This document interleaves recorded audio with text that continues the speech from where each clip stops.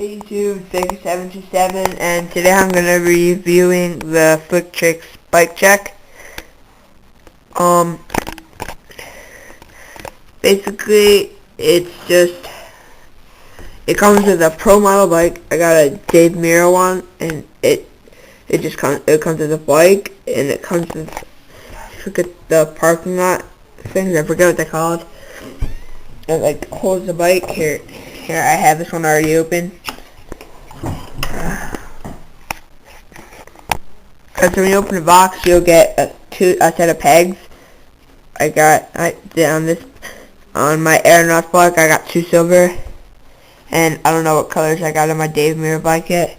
And basically, it comes with a pair of Trix bars, and this is like for really beginners. I hate these things because they just get in my way. It comes with a regular tool and a bolt screw. And I came with an orange brake, but it fell off. If you can see, there's a black brake there. It fell off, so I threw it out. My dog chewed it. I threw it out. So now I'm left with this black one. That's the only one I had put on.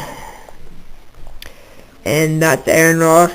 And then for my Dave Mira, it's like a really, really shiny baby blue with lime green clear pedals.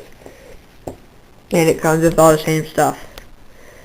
So that's my review on the Trix.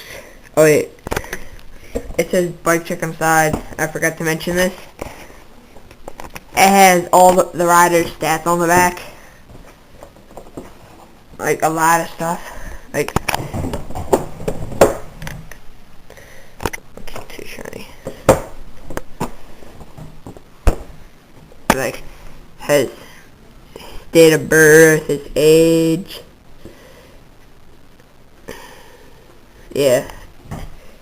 Picture Aaron holding his bike. Dave Mirror holding his bike.